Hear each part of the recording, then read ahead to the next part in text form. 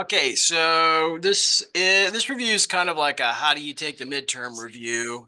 It's hopefully, since some of my questions are not always the most obvious, it's an opportunity to go through what I'm looking for and offer you just some test taking strategies on these questions. So we'll just kind of go through pretty much all of the kinds of questions you'll see on the exam. You won't see the answers in your version of PowerPoint, so you might want to write these down or write down your own notes as you go through them. But this is all getting recorded, so you can always come back and look at the video and see this. Um, so let's kind of dive in. Actually, I'm going to skip the roll call. I think this is okay. I know everybody who's here. A couple reminders before we dive in. Remember, homework for is due the Tuesday after we get back. Please add or keep the comments. Most of the comments are in the code that's been provided to you, so just please don't remove those, and of course, add your own. And then we will, obviously we'll have a lab when we get back on Tuesday night. But if you haven't finished your lab by that time, or sorry, your homework for by that time, you'll definitely want to do that. So heads up on that. And the midterm practice is out now. So we're going to go through today. You can and really should take some time to set aside to at least skim through it for an hour. That'll be kind of important, and it's in the quizzes area if you can't find it, but you may also be able to find it in our normal modules. I think I've got all of our grades updated. So if you're not seeing a grade for something and you're concerned about it, send me an email. Obviously, I will fix and update any grades all semester long that I've gotten wrong or missed. But if you if you are worried about your midterm grade as it's reported to the school, then certainly let me know and I'll try to fix that stuff as quickly as I can. So the only big change to that will be your midterm on Thursday. So let's see, there was something else I was thinking of here. Comments. Yeah, don't forget about quiz 4 as well. That's a good practice quiz. So for Thursday, you might show up a little bit early, get yourself logged in. There'll be a password that I'll give you when you get here.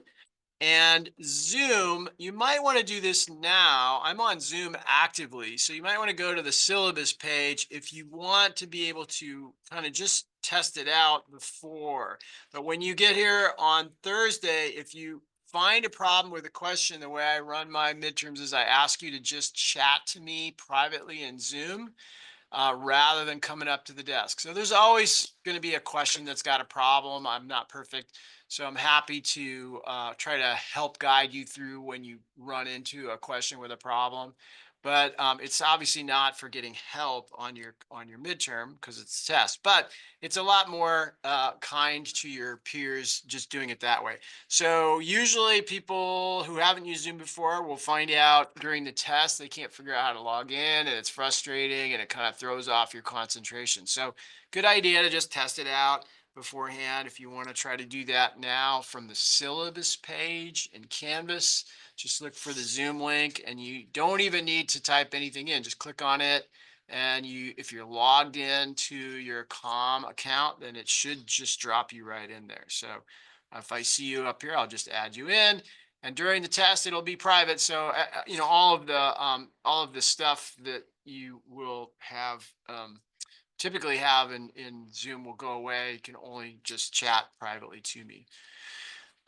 So this shouldn't be here. I don't know why these slides are here, but hopefully I have the right set of slides that I'm going from here. Please remember to, if you're using Replit, I don't think anybody is in this course, but if you are, I'm going to be kind of checking and coming around and make sure AI is turned off. Most of us have not experienced this, but the AI systems in a lot of these paid for platforms now are so good they can write all of your homework and tests for you. There's not a single question I can ask you that cannot be answered in a blink of an eye, right? Obviously, we could all use that, but that's not part of our evaluation process. So please make sure you turn that stuff off. And that takes us to our review. So let's kind of dive in on some questions. We'll just kind of go through them gradually. Feel free to throw up a hand or stop me as I go. I think we'll have enough time to answer questions through these, but let's take a look. So way back when we started out, it was, we were just sort of thinking about Booleans and what it means. So we want to print that's correct. So the only way to print that's correct is if the not of something is true. So not of a false is true, right? So if not something, choose a variable, right? So if not false, right, does not like sushi, that's correct, right? So does not like sushi is or does like sushi, sorry, is the thing that we want there, right? So that's all we're really after there, is understanding how to evaluate those. Now, of course, we could say if not does like sushi is equivalent to true. So what we see here is just a shortcut for saying if that whole thing is equivalent to true. So this is the short form of asking that same question. Okay.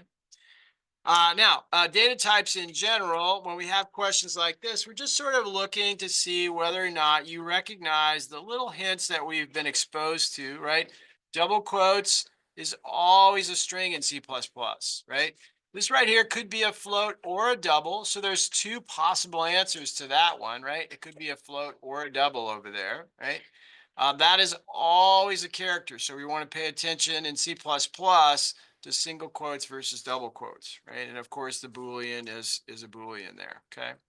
So hopefully those things are kind of just blink of an eye, second nature for you.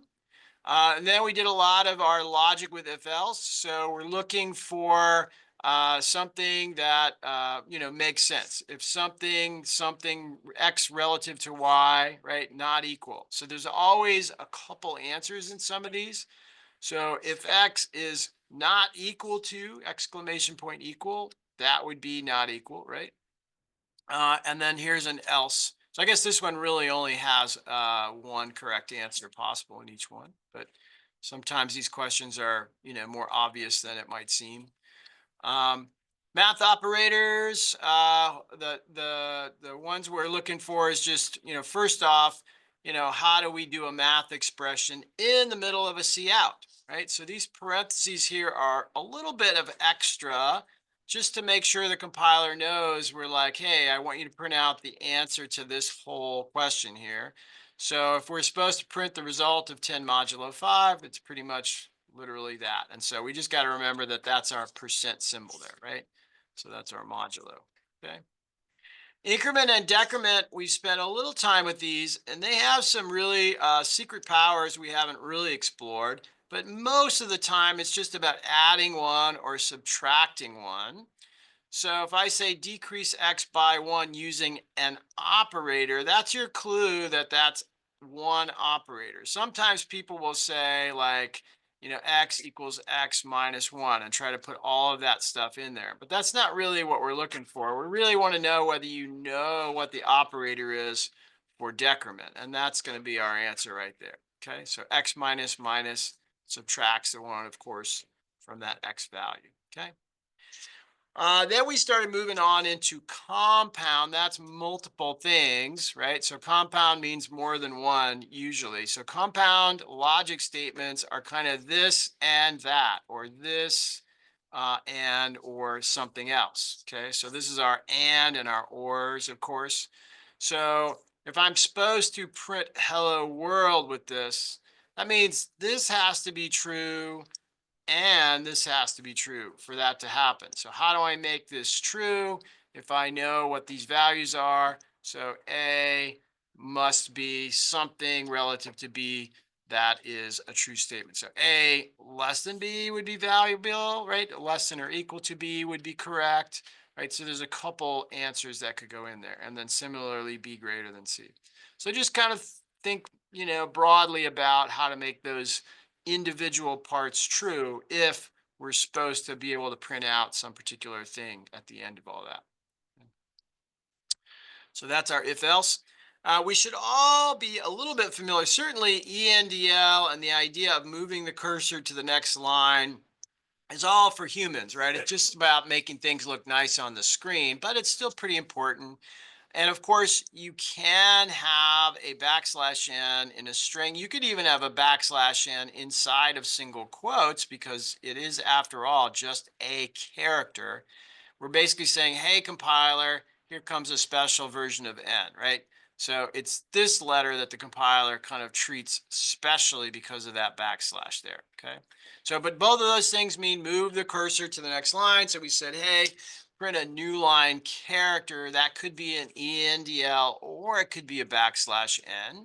And it could be in the string form or the single character form. So both of those are valid there.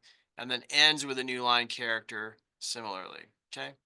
So maybe easier than it looks, it's just some quick stuff. So then about collecting data. So remember that when we use the cin for common input, the variable type determines what the cin is going to go looking for, okay?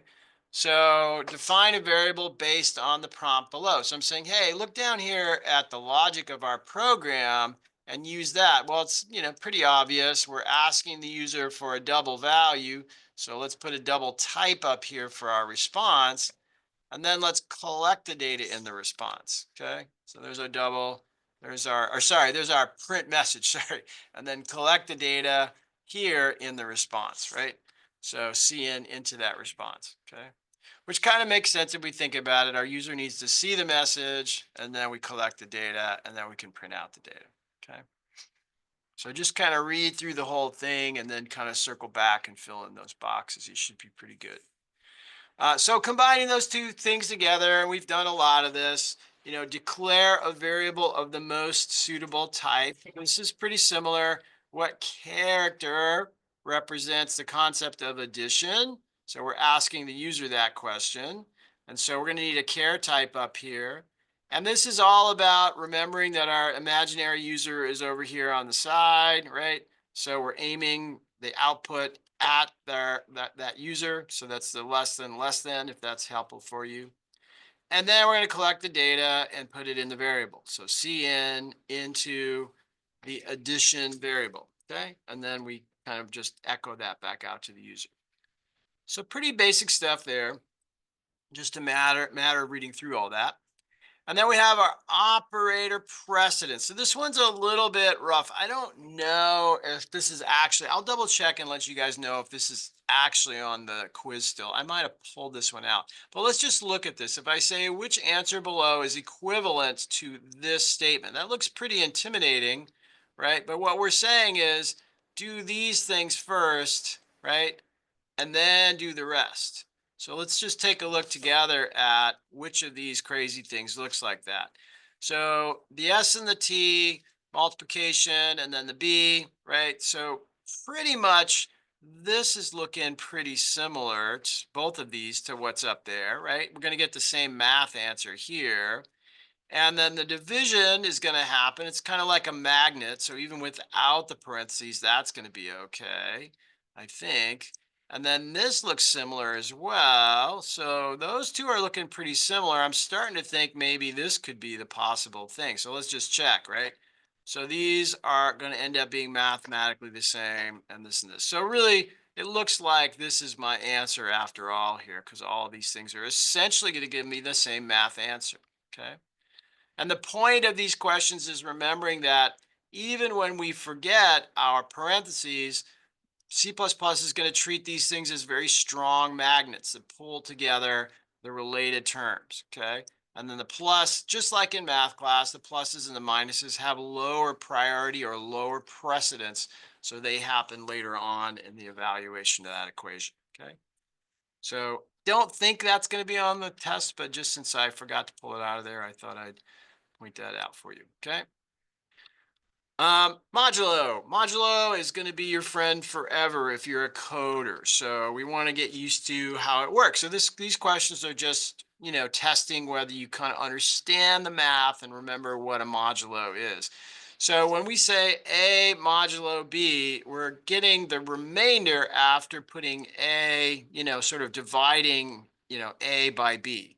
So how are we going to get a value of 0 as a remainder if we say A modulo B? In other words, A divided by B. So the smallest possible value there, other than 0, would be 421. Okay. Smallest positive value. Is that true? So A divided by B. Yeah, right. Yeah, it's got to be 421, right? We can't really find any smaller values where we're going to have a remainder of 0. Okay. So you might need to think about that a little bit and make sure that you follow the order. Some of the questions are B modulo A, right? And some are A modulo B. So make sure you read those things kind of when you go to actually fill in that answer. Okay? It's all about the remainder. And then some of our questions are just about seeing whether you can kind of read through code, because we're all going to need to, at some point, work with other people and work with code that they write. So sometimes the code is not, perfect. It might actually have some bugs in it. So part of this question is sort of seeing whether you can evaluate what the code is actually doing. So I see a variable being created here and given a value of 10. And I see another variable being created here. And then I see kind of this strange thing that says cin prompt, right? Cin is collect input. So that's kind of like overriding my prompt with something the user said and then trying to put an ENDL on the end of it. That's probably a bug, actually. But at least it's not a normal way of actually printing a message, because this is printing the message. So something's very backwards about this code. So let's just sort of see what this says. Stores the user's input in the prompt variable and then prints the integer value. That's looking pretty much like what I think's going on here. We're certainly not asking the user for a value by printing a message, because we kind of overwrote the message. We're not printing the current value and then printing a string, right? And so I think it's that first one for sure, okay? So even though the code might do something terrible, right? This question is really just about interpreting what is happening in what order there, okay? Okay, changing variables, changing existing values, so increase and decreasing existing variable values. So these exist, so these are our existing variables, right? So increasing A by B, A equals A, really it's just that simple, right? A equals A plus B, right? So we're taking the existing value of A and adding on B and then assigning the answer back to A. So we've kind of seen that kind of thing. Sometimes it's A equals A plus 1 or A equals A plus 2. Here we're saying increase it by B. So that's how we get to that, okay? And that's going to set us up for a lot of more coding that we're going to do, with that same pattern. A equals A plus something down the road, okay? So there's our B, okay? Now, when we say compound, again, that word means more than one, right? So we have compound logic. We also have compound assignment operators. So this is kind of the next step on what we just saw on the previous slide. So instead of saying A equals A plus B, we could say A plus equals B. And that's what those compound operators mean. So if I say use a compound assignment operator to modulo by 5, it's just going to be modulo equals, okay? Be divide equals, modulo equals. So take X, divide it modulo by 5, and then assign that value back to X, okay? Which is a little bit of a strange thing to do, but that's what that one's all about there, okay? And these would be other things that you could put in there, but the modulo 5 is really the correct answer there, okay? Now, function prototypes, these start getting a little trickier, and I know some of us are still kind of getting comfortable with this. We always put the prototypes up top, right? Main is like all the way through to its matching curly brace, and then we write the function down below. So this is like the index to our book. It's like, hey, here's what's coming, right? And there could be dozens of these things up top and dozens of these things down at the bottom. So we're just starting out simply here. But how do we actually do these things? So first thing you want to do is kind of just scan through and find out what we do know, right? So we've got some information here in main, and that's where most of the helpful information is coming, right? So if we look at the value of A, right, we know it's a Boolean. So A should be a Boolean, which means this function should be returning a Boolean, right? So now we have two answers filled in, right? So we know this is going to be a Boolean as well, right? And then we can look at B. B is a character, right? C is a double, and D is a bool, right? So that's where those others come from, okay? And once you figure out the top, you pretty much know the bottom. Now, the tricky part of this one is when it says return a function argument name. Well, these are the argument names, X, Y, and Z. Okay, so a lot of times we get the wrong answer here because people miss that part right there. So we're really looking for an argument name. So which argument name matches our return type from these choices, X, Y, and Z? Well, Z is a Boolean, so what we're looking for there is a Z, okay?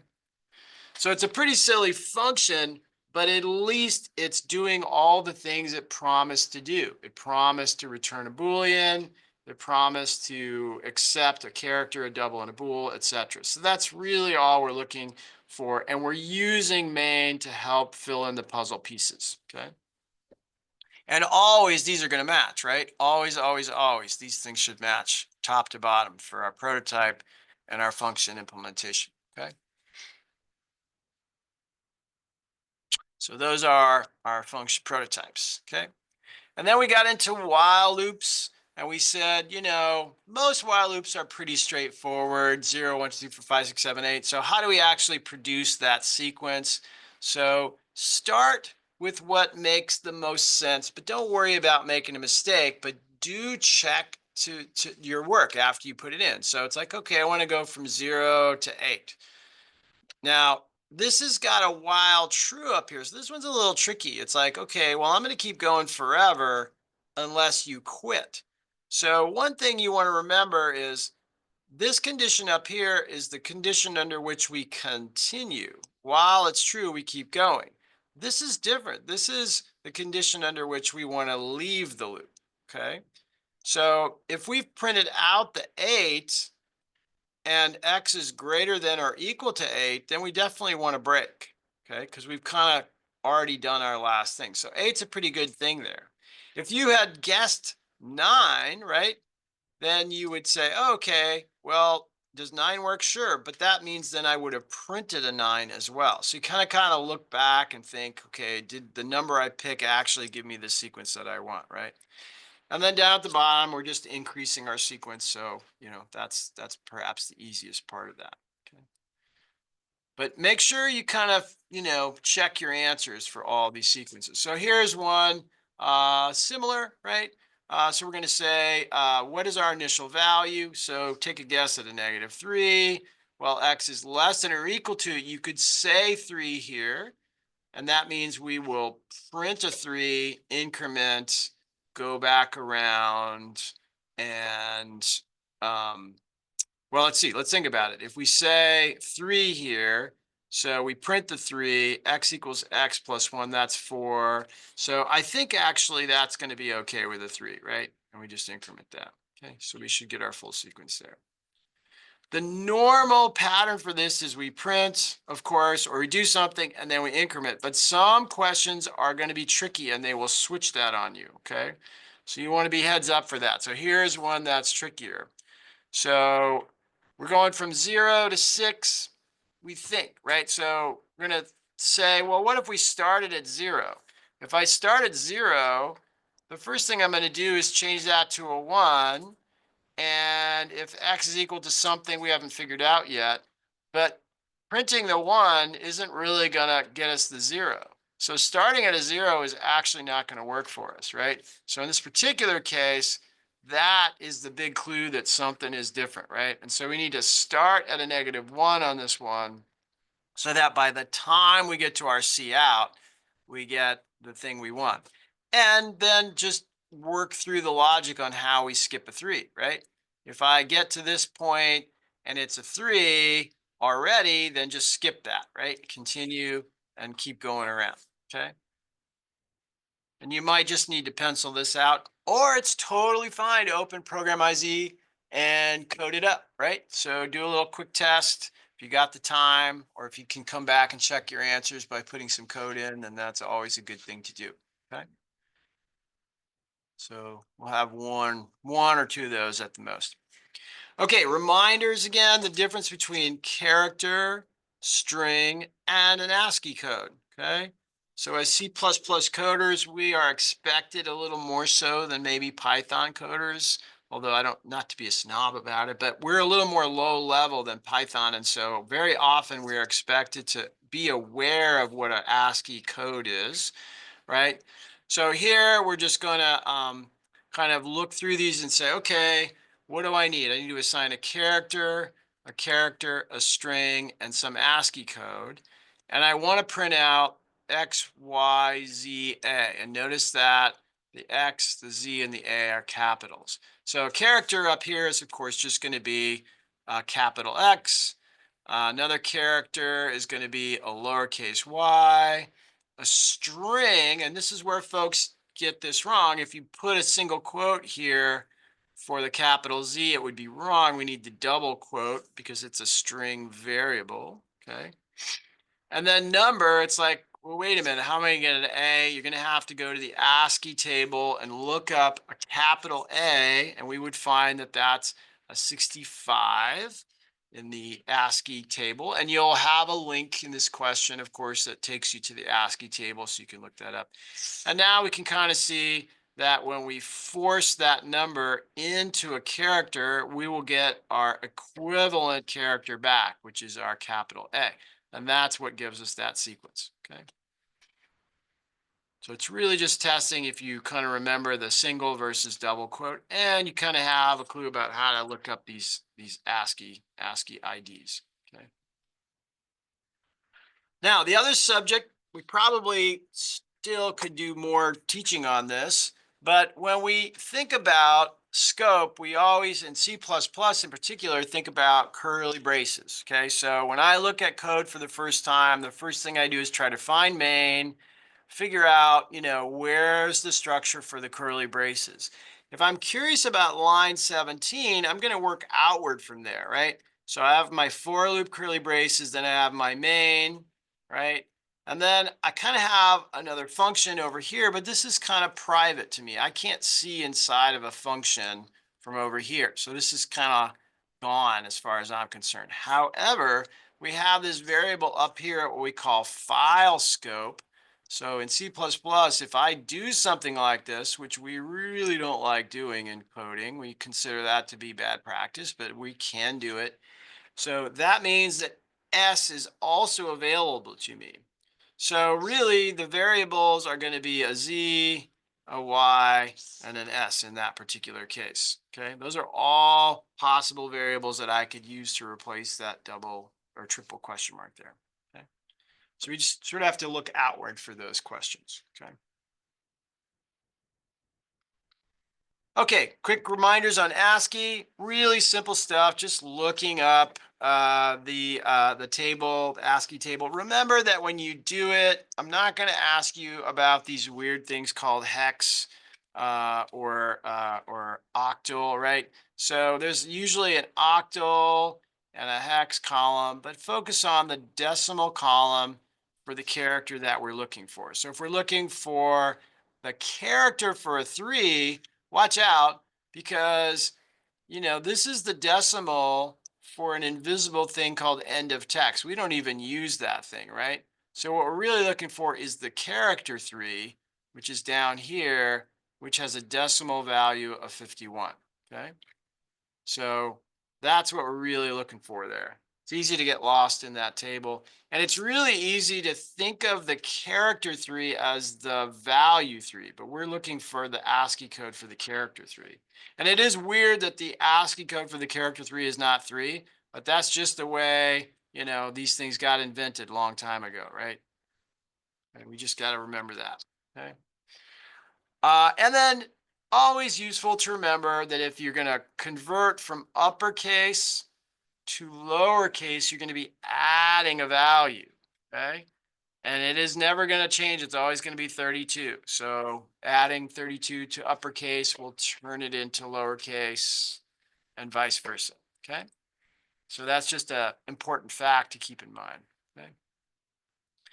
So these are trickier questions, but it's a very, very common pattern.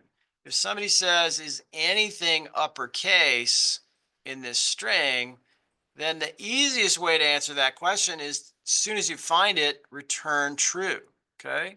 So it's helpful to look at the overall structure of this function. So it's like, okay, I'm going to loop through, and if I find even one, I'm going to return true because that means I've found that any character is uppercase. Okay.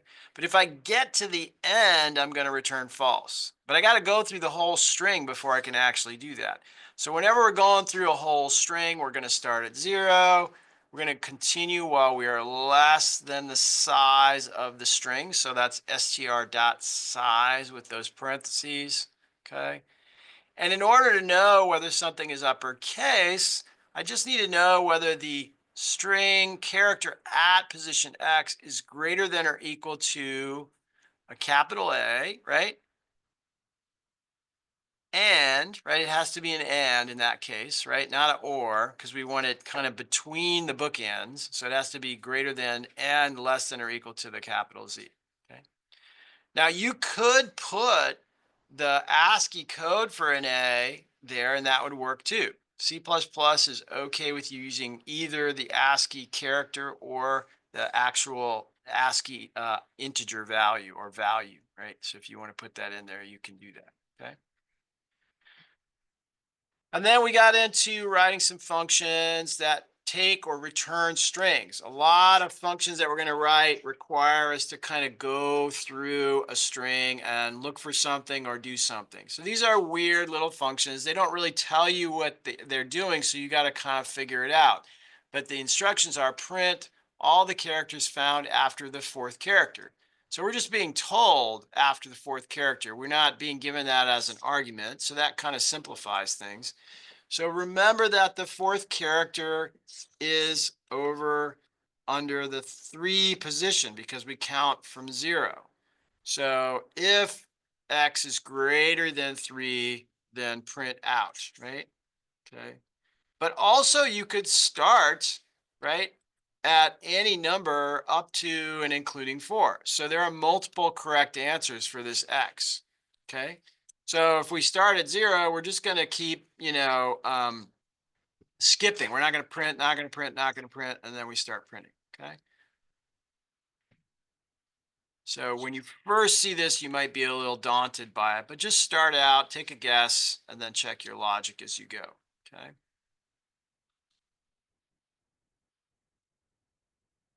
Okay. And then here's another one. Use the correct string method to access the last character. Okay, so let's just look at what we have here a little bit at a time. So create a string variable. Okay, text equals hello. We got to put our data type there, of course. Okay, cout text at, okay, so at the last character. So we're going to use the method named at. And inside of the at's parentheses, I have to use an expression and a method, right? So we're going to have to say text.size minus 1, okay?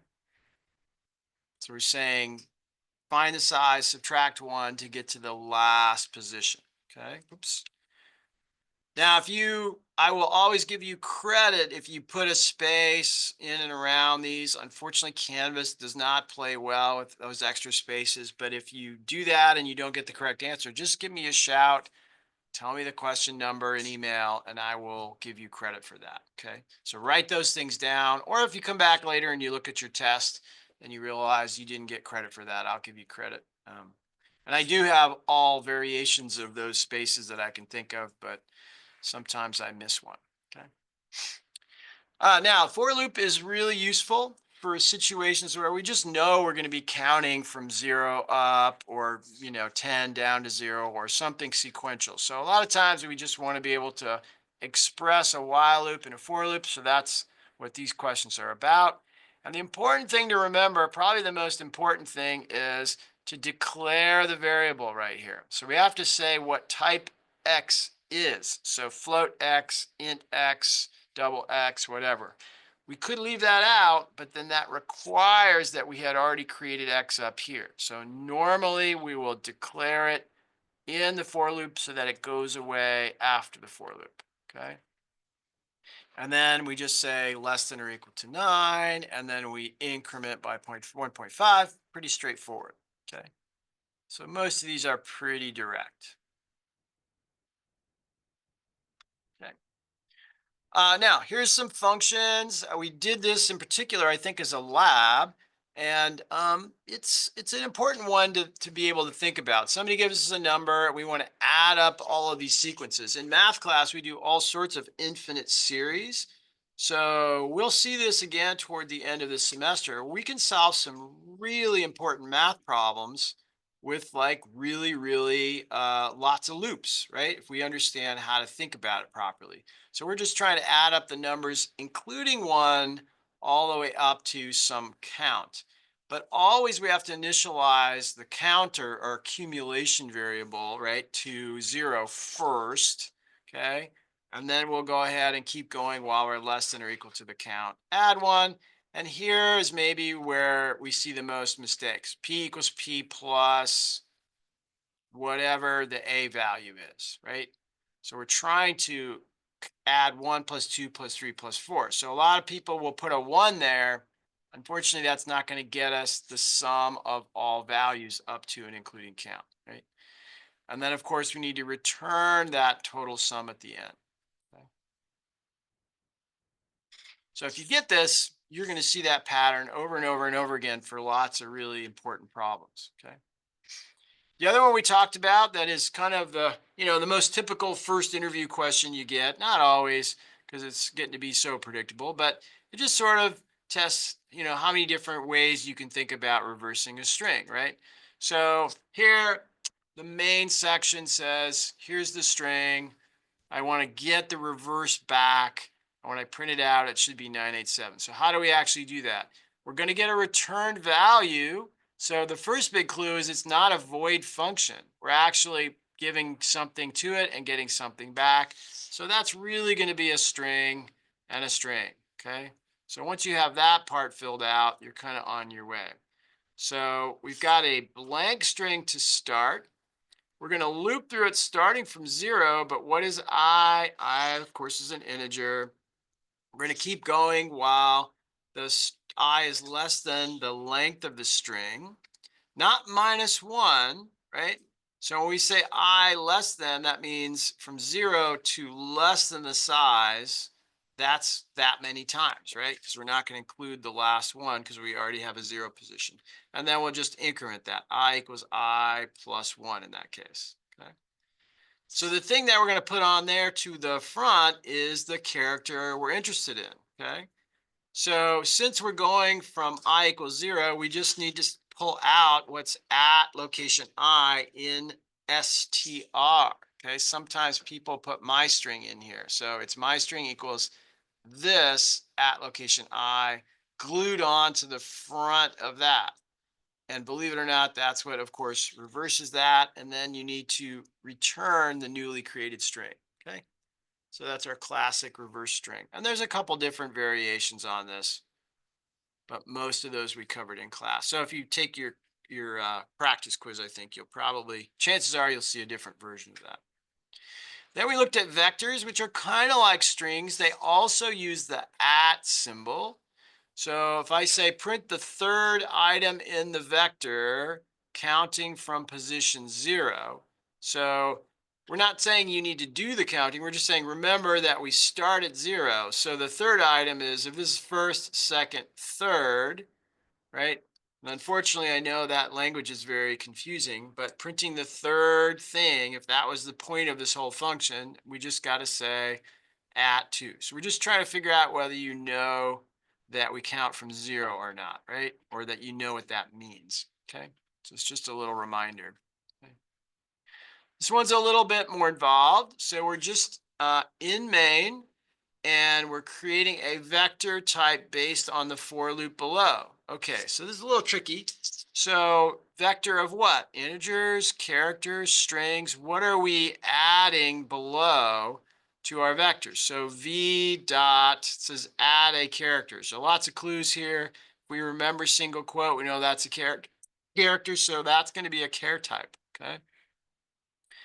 And then we're going to go while we're less than or equal to. Now, our vector is empty. There's nothing in it. So we can't say size v dot size, right? Because v dot size is 0. So we want to execute exactly 9 times. So we could put a 9 in there, but since we're going from 0 to less than or equal 9, that would be 10 times, including 0. Okay. So the answer to that one is 8. Okay. And that means we're going to loop a total of 8 times, or sorry, 9 times, including 0, adding 9 C's. Okay. And so when we print out the size, we are ultimately going to see a size 9. Okay. It's a weird little piece of code, but again, it just reminds us of the importance of knowing the difference between less than something and less than or equal to something as our for loop limit, right? And then, of course, just remembering that we count from 0. Okay.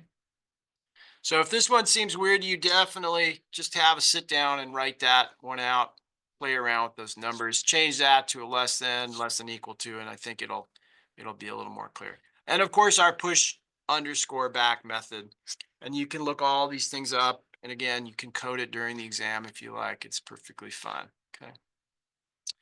Another one real quick. Let's see. So this is our prototype. Here's main, right? So we haven't really given you the definition of the function. We're just saying, hey, here's a little kind of small view. And this is define a vector variable of float types. Okay. So what do we have to do to define a vector of float? Okay. Unfortunately, right? So our mystery function here, is going to be given this vector, right? So we can say vector float. We could say a vector double and it would work, but I am asking for a vector float there. But we're saying, hey, here's the vector. I'm going to pass it into my function, which should match the type. And how do I know this is a void, right? So the reason that's a void right there is because my function is not returning anything to me over here, right? So if I look at this and I go, am I getting anything back from the function? Well, according to main, I'm not. And so that's a pretty big clue that my function is not giving me anything back. So we're using these hints in main to figure out what that is. And of course, we figured out what that is there. So we know that should match that right there. Okay, so they should really be the same type. Okay. So just a little puzzle for you. Okay. Then we got into switch and we said, okay, we could do this if else thing and life would be fine, right?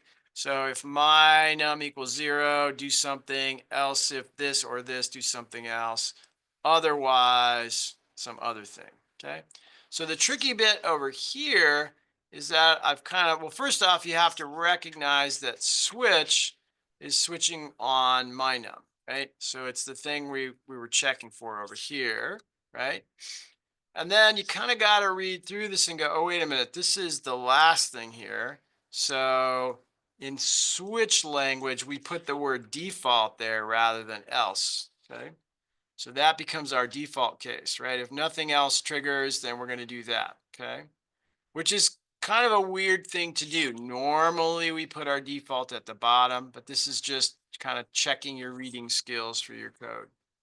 Otherwise, if my num is equivalent to 1, then we do this or 2. So what we're looking for there is your recall that we can stack up our cases, and that's the same as doing an or, okay? It's like if it's this or that, then print 1 or 2, and then there's our case 0, and that's all we get, okay?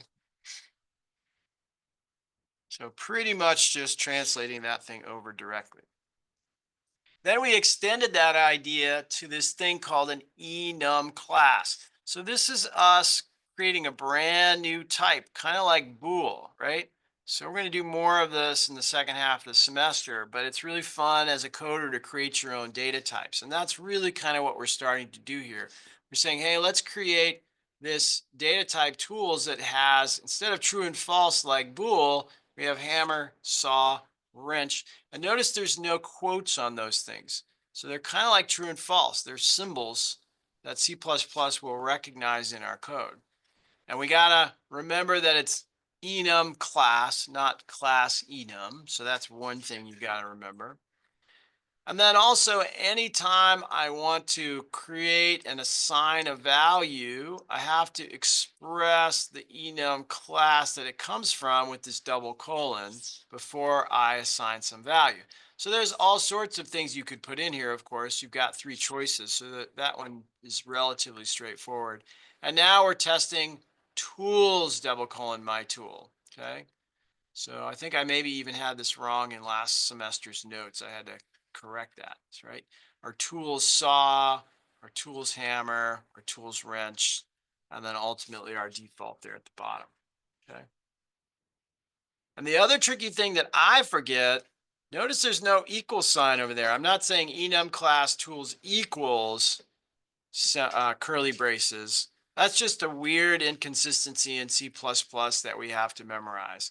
So you don't have to worry about that on the midterm, but when you write code to test this stuff, it might drive you crazy because the error message is very confusing for that particular type of error. Okay.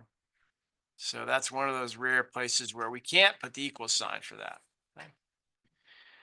Then we got into our file input and output using the fstream library. This is the name of the pound include, not the variable names, right? So notice when we have to put in our pound include, it's going to be fstream. And then an input file variable is going to be the ifstream, okay? So now we can say file in, open something, check to see if it's open. Otherwise, remember that file in, we're pulling data in from our user over here. It's like cin, right? So those things, if it's our user, those things are going to be the greater than symbols, okay? So we're just reading in one string from that file, and that's it, okay? Now here things get a little more involved.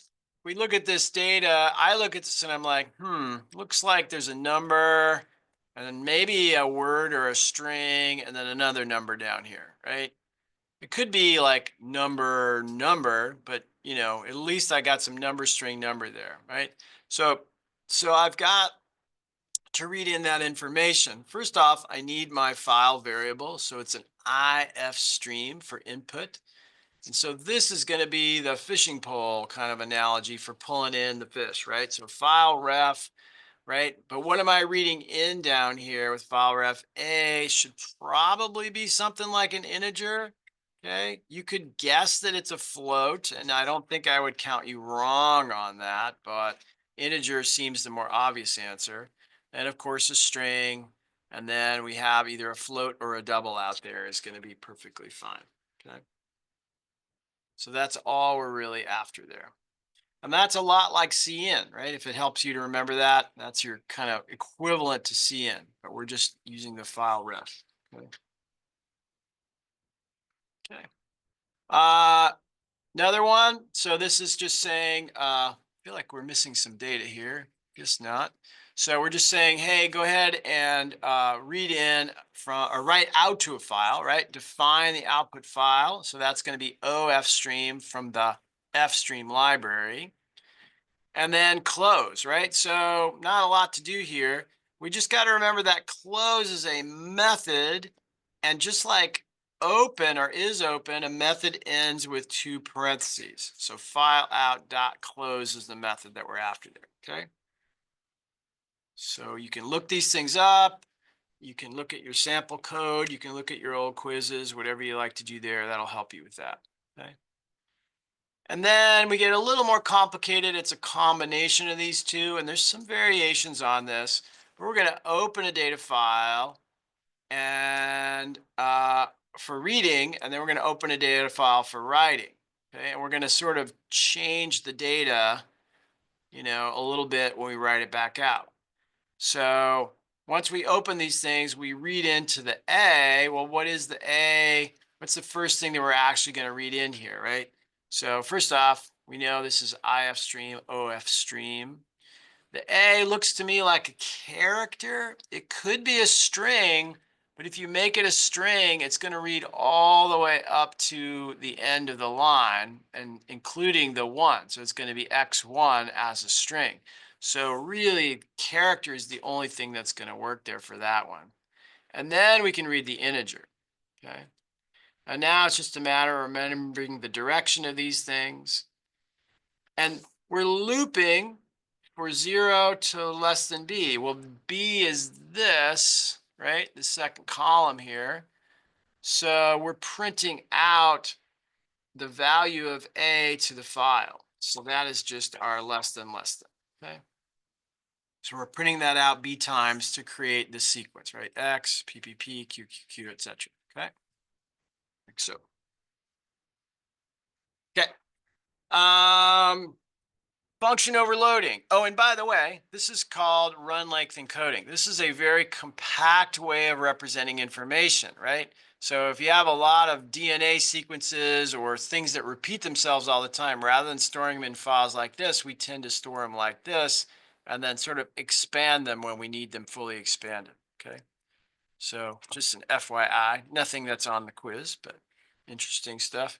Okay, function overloading. This is all about using the same name of the function, but having different argument lists. So here we have 3 functions. They are the do work function, and we would say they are overloaded because we can see that they have different arrangements of arguments. So the puzzle here is to look at how we're calling the functions in main and use that information to fill in the prototypes up above, okay? And we're not even writing the function down below in this question. We're just trying to figure out the prototypes. So the game, of course, is just to kind of pick them apart one by one. So we have float, float, bool. So if you look down in main at the 3 functions that are being called there, this one is NOx. That is a float, float, bool, okay? So that particular function is returning something to the R, and the R is of type char. So that's a pretty good guess of what the return type is for that one, okay? The next one has no return value, so that's a void. So that one is a little bit easier if we recognize that, right? So bool, bool, bool, X, Y, Z, right? So those are all lined up. And then the last one is M, which is a float. And then we can fill in the PQZ there pretty easily, okay? So there's a whole bunch of variations on that, but that's really the game, is just slowly break it down till you can figure out what everything is, okay? And we talked about pass by reference versus pass by value. So if we want to be able to change something directly inside of the function, we're going to need to be able to have a reference to that, right? So when we pass something into a function like somebody walking through our door, that's sort of a copy in C++, right? So it all depends on whether or not we're trying to change it. So if we look at main and I say, hey, here's a variable, change it. Notice there's no equal sign over here. That's a pretty big clue that this is going to be a void, and I'm going to need to set up a reference for that, okay? So that's our biggest clue right there. There's no return value. So, and I can see there that there's no return argument for that. It's just like just return. So we kind of can tell 2 answers here. We have a void and a void. So those are done, okay? Now that B that's being passed in there is, of course, a Boolean. But what kind of Boolean, right? So compound type, compound means more than one thing. So we're looking for 2 things there, bool ampersand, right? That ampersand is the magic thing that allows my function to make the change. So now we can actually fill in the equivalent part there. And you can see we're just changing B directly. It's like, hey, make B the opposite of what it was, Okay, so that it's the opposite, no return value. So that is our reference symbol, right? That allows our function to directly change the b and have it flow all the way back to modify that variable right there. Okay? So some of these variations require the symbol and some don't. It all depends on whether or not we're getting a return value here. Okay, so you got to kind of watch out for that. Okay. And then we did lots of these functions as arguments to functions. So I did it in essay form to hopefully make it a little easier to type these things in. So all we're really looking for is a written expression of that using the functions that are provided to you up here. So make sure you follow those names, right? But this would be multiplying two things on the left and right side separated by a comma. And then each of those, of course, break down to an addition and an addition with commas. And then we just got to fill in those letters. Okay. So I think we did a ton of these. So hopefully that has helped everybody a little bit get comfortable with that. And then we got a couple essays to finish out. So we're going to write a function with one argument. There's a number of these there. Looks like I forgot to animate this. That's too bad. So you're probably seeing something different there. So the answer, so we're saying get opposite. So here's the prototype. We're given a Boolean and we want to get the opposite back. So we are returning a value. Okay. So that's the function prototype. So what values would go in here that would result in both of these printing yes? So if get opposite A is equivalent to true, print yes. Okay. So if A is false, then the opposite of false should be true. And so those should match. That's an indication that things are working okay. We could have also said not false here, right? So not false could also be in here because not false is the same as true, just so you know, right? So this is just testing our ability to deal with negation, right? And then not true is the same as false, okay? So these are little tongue twisters almost, right? So this would be the same as saying not true. So some variations of the question will have that in there as well, okay?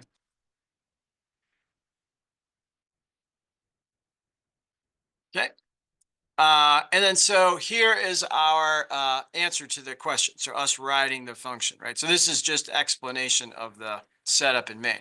So if you're going to give me that and I'm going to return a bool to you, I'm just going to say if B is equivalent to true, return false, otherwise return true, okay? But I could have also done this, which is kind of a shortcut. Some people really like this. Just return the opposite of B. Return not B, okay? So we could either spell it out, which is perfectly fine, or we can just take the shortcut, say return opposite of B, okay? Both of those are perfectly fine for that essay question. Okay. And then just getting comfortable with multiple arguments. So another kind of Boolean thing, are all of these true? Okay. So if all are true, X, Y, yes, they're all true. Now there's only going to be one or two or three of these things, or two or three. There's not going to be 100 of them, right? So we can write the expressions without using for loops. So I can just say, if P is equivalent to true and Q is equivalent to true, return true, else return false. The shortcut is this: return the answer to the question, is P equal true and Q equal true, okay? So that is the shorter version of that and is also perfectly fine, okay? And you can do either one, either the fully expressed one or the shortcut one, okay?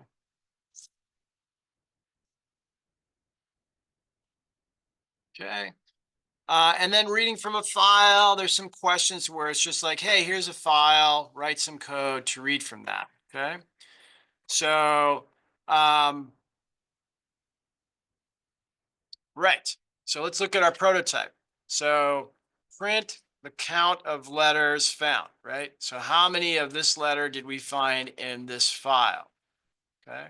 So I'm just picking a random letter. So this is kind of a crazy function for picking a random letter, right? So I pick something, modulo 2, actually modulo 6. I don't know what that 2 is doing in there. Sorry. Anyway, random letter, pass the letter in and open this file. Okay. So in order to do that, we have our file there, right? So our file is there. We're going to read one line at a time or one character at a time and see if it's equivalent to the thing we're looking for. Okay. So let's get my scribbles out of there real quick. So I got to have a variable for input. So notice the IF stream. You're going to need a counter because that's going to be, this is not a void. This is an int. Did I have that wrong? Oh, print count. Sorry. So I was supposed to print the count here. So that should be a cout. So that's my bad. Okay. So this is a void. So try to open the file. If it's not open, we can say error. Otherwise, we can say while not end of file. Going to read a character, right? My file, read in the character. If the character is equivalent to the letter we're looking for, then increment our counter, okay? We got to make sure our counter starts at 0. If you don't set it to 0, it could be garbage value, right? So we set it to 0, increment, and then at the end, we print the count because we have a void function here, okay? And the name of the function is a clue as well. So I just got to come back and fix that slide, okay? And that is that. So I think we covered really pretty much the major ones. Anybody have anything they want to go back over and cover in particular? Can we go back over the portion with the overflows?